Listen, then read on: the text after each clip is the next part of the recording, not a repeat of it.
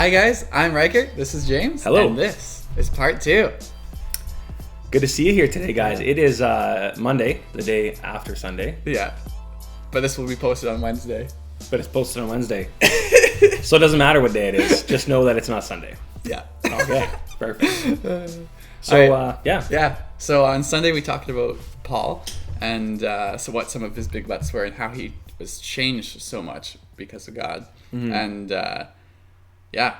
Can you tell us a bit more about his past and like where he changed from? Yeah, absolutely. So it's super, super important to remember that all of us have a past, right? So whether you're a Christian right now or whether you're on the fence or whether you're totally against God and want nothing to do with the whole, Christian craziness, it's fine. It's important to know that regardless of where you have been, God can use you in your future when you have a willingness to allow him to change your heart. And it doesn't even matter what you've been involved in. Some might think, oh, it's crazy. Well, you don't know what my past has been. You don't know me. I don't know you. Riker doesn't know you, Yeah. but God knows you, and he knows what you've gone through, and he actually knows how to use what you've gone through for his glory if you'll let him. A lot of times our past is something that we can be ashamed of and we can run from, or we want to hide away from it or not let anybody know. Sometimes we move towns or cities. Sometimes we change our names. Maybe we change schools. We change our career path because we don't want our past to follow us. We try to have almost an erasing of our past to redefine our future. Some people look at it as a way of evolving. I've found a new evolutionary path, they might say. But the reality is your past is still connected to you. It always is. You can't flee it. So how can your past be used for God's glory if you choose to follow him? What does that look like? Well, there's great stories throughout history of people who have been used in spite of their past. They've been used to do amazing things in God's eyes despite their past. And Paul is one of those wonderful examples. It's amazing to see how this man, he grew up in a Jewish home, in a very traditional Jewish home. He was raised under Jewish parents in a very traditional Jewish way. He had a full, proper, DNA-specific Jewish bloodline. So he was actually born into the bloodline of Jews. He wasn't like a proselyte. His family history weren't proselytes where they converted into Judaism. They were proper Jews. And he was also raised in a Roman Empire in a Jewish family. And what that means is that he was raised in a way that saw the world around him persecuting anything that was outside of their standards or structures. And that was also built in a little bit into how he looked at people of the way or Christians as well. So when he was young, he went and actually took specific training. So his training in the Torah under a very prolific Jewish teacher. His name was Gamaliel. And he basically was raised under this man to learn Jewish tradition, learn the Torah, understand the Mosaic law, understand the words of Moses, and have it really seated and anchored into his heart. So that was something that he built his entire life around. He was so classically trained, in fact, that he actually became a Pharisee. And after becoming a Pharisee, he joined into the Roman Empire, to the Roman army, and he actually became a persecutor, somebody who went after people of the way. We know that Jesus is the way, the truth, and the life. So the Romans at that time, as well as the Jews who were persecuting the Christians, called the followers of Jesus, they called them people of the way. And so Paul had it fixed on his heart. At this point, his name was Saul. Saul had it fixed on his heart to go and bring destruction to the people of the way. And not only that, he actually had a full license to. So imagine if you had a license to speed and you were perfectly allowed to speed all day long, every day. Of course you're going to speed. You've got that ticket. You've got a letter from the judge saying you are allowed to do whatever you want to do on the roadway. So you're going to take that. You're going to take liberty with that. Saul had the opportunity to go and persecute any people of the way, anybody who thought was the way, and without a warrant, without cause to wonder what's in the car or anything, he could break in. He could get what's going on. He could take you, and he could take you into prison in Jerusalem and hold you there. So Saul was an ardent believer that it was time to persecute and put under the thumb people of the way, and they wanted to make sure that they were done away with and no longer had an influence in the world. So that was a whole kind of realm that he was in. I mean, he persecuted many Christians. It's thought that he killed many Christians. If one happened to die on the way to prison, he wasn't too concerned about that. At the end of the day, they're all going to be put to death anyway.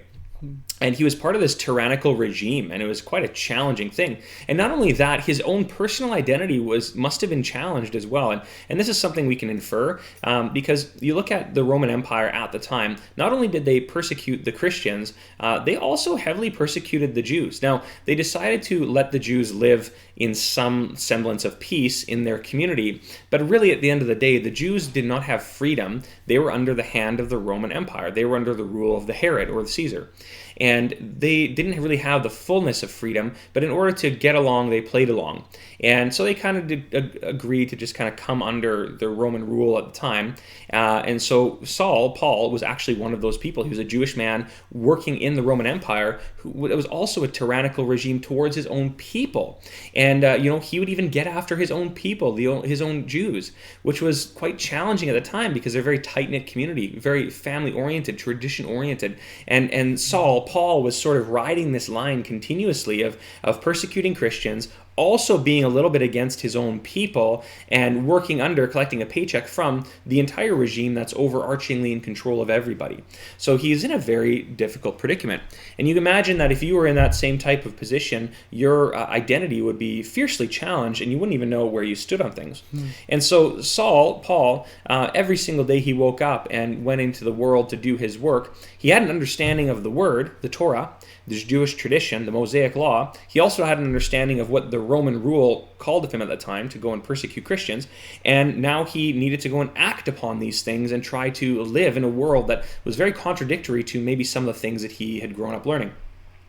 So he was a man that was definitely tormented or conflicted. He must have been. There's no question about it. And then, he has this life that he leads where he is actively going and persecuting and prosecuting and taking to prison people, specifically speaking out against Christians. And he has a career doing this, and he's the best of the best. He's known for being the best. And then he has this moment. So that's what we're talking about, of that God can change you regardless of your past. Mm-hmm. He doesn't care what your past looked like.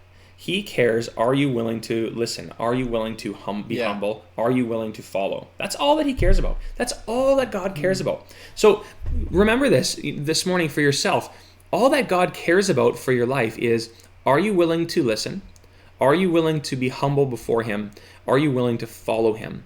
And if the answer is yes to all those questions, then get ready for an adventure, because God can take your past and he can transform you so you can have a different future, a brighter future. Yeah. Because it's not about you anymore, it's about him and about him getting the glory. So that's what we see happen with Saul. So I alluded to this on Sunday. Saul, that was his name. That was his Jewish name, Saul of Tarsus. He came from an area called Tarsus. He was a Jewish man. But this is where it gets really interesting. Becoming a believer and walking through this, he realized during his time, after his transformation, after his conversion, he realized that there was something different about his life. Everybody around him realized there was something different. They stopped running from him and realizing that he wasn't the persecutor anymore. He was actually there to teach. So something changed in his life. Actually, Saul became small and Christ became big. So he grew into this position, or maybe shrunk into the position, where now he wasn't a big deal anymore. Jesus became the big deal. Mm-hmm. And so we see Saul's name actually change to Paul. So you've heard Paul the apostle in the Bible. That's actually Saul. That's the same guy who persecuted believers, the same guy who put him to death and put him in prison. His name is now Paul. And Paul means small. And how fitting is it that Paul became small so that Christ can become big?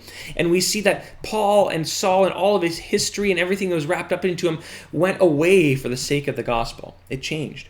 And so we see the guy who was Jewish by bloodline, got traditional teaching in the Torah, understood Jewish culture, understood Mosaic law to his heart. He taught it. He lived in it. He was a Pharisee. He became a Roman what's the word for it? An enforcer for the Roman army. And then all of a sudden he has this transformation. So what happens? He sees Jesus appear to him. He's blinded by this crazy light. He hears the voice of Jesus say, "Hey, it's me that you're persecuting." And then Jesus says, "Go to Jerusalem, wait for me, and you're going to receive, go to Damascus, wait for me, and you're going to receive instruction." And then all of a sudden, he gets prayed for a few days later by a man named Ananias. His eyes open up, like he's able to see now for the first time in days. And he has this radical transformation experience where he was almost blinded from his past and who he used to be, and he had a vision and a sight into what his future was going to be, and it was no longer a Roman man going out and persecuting Christians. That stopped. It ended on the day that he met Jesus on the road to Damascus, and all of a sudden his life changed. And he said, okay, fine, take me to Damascus. And he decided to be obedient in that moment. And in being obedient in that moment, we see a man who was a killer of Christians become one of the most prolific writers in the New Testament. He's attributed to writing between 13 and 14 books of the New Testament, which is absolutely fascinating. Yeah. Some of his writings are where we anchor a lot of our faith to. Paul's writings on Jesus and what Jesus can do are so wildly transformative to our hearts. And my favorite passage I talk about on Sunday is Romans 5:8, and it says, "While we were yet sinners, Christ died for us." And my take on that is, he loved me at my darkest.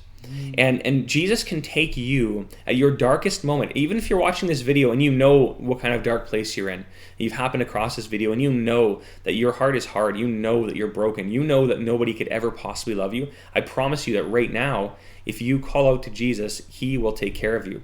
And in your darkest moment is when he loved you the most. How fascinating is that? And that's his promise. That's not me telling you that to make you feel good inside. That's a promise of God in the Word. Jesus himself says, I came to save this world, not to condemn this world. Paul echoes that further in his writings in Romans, saying, I loved you at your darkest, is what Jesus says to you. While we were yet sinners, Christ died for us. And that is the transformative work. So you see a man go literally from being a death bringer to a life giver. He's a death bringer and one who captivates and holds in chains, to being one who gives life, and through the message of Jesus sees captives set free. And that is really the transformative work of Jesus, and that's where we see the change happen. And that change is for Paul as much as it is for you and for me and for Riker and for all of us. That change happens when we avail ourselves to Jesus. Yeah.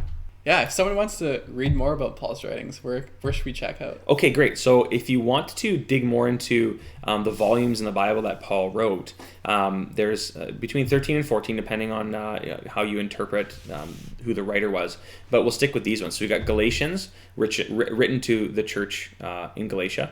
We've got 1st and 2nd Thessalonians, which is 2 letters that he wrote to the churches in Thessalonica. We also have 1st and 2nd Corinthians, as well as Romans, and that's letters that he wrote to the church in Corinth, as well as in the church in Rome. We have Ephesians, Philemon, Colossians, Philippians.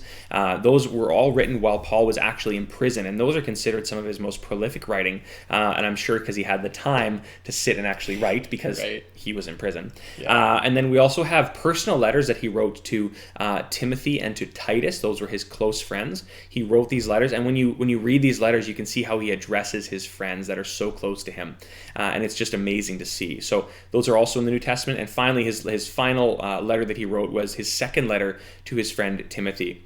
And he didn't take these things lightly. It's not like punching off a text message or an email. His heart and soul were connected into these writings, and it's always upon a reflection of who God is. So you can dig into the New Testament. It's this like the smaller second portion of the Bible, and in there you can find those passages and take a look and read through. They're short, they're quick, easy to read. They won't take you more than an hour and a half to read through each one of those books, and they give you a great understanding about the culture and the times, the context of what's happening in the world going on at the moment, as well as a heart of this man who loves Jesus and just wants people to know who Jesus is. So I encourage you to dig into those, read them. They're quick read, and don't base your theology upon the next pop culture song in church. Base your theology upon what you read in the Bible. I want you to dig into the Word and read what's in there, because it's good stuff. Yeah, it's really good.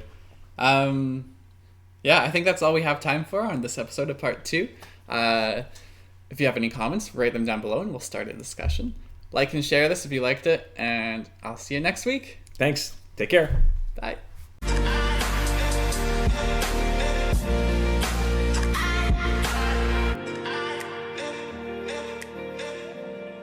Great to see you today.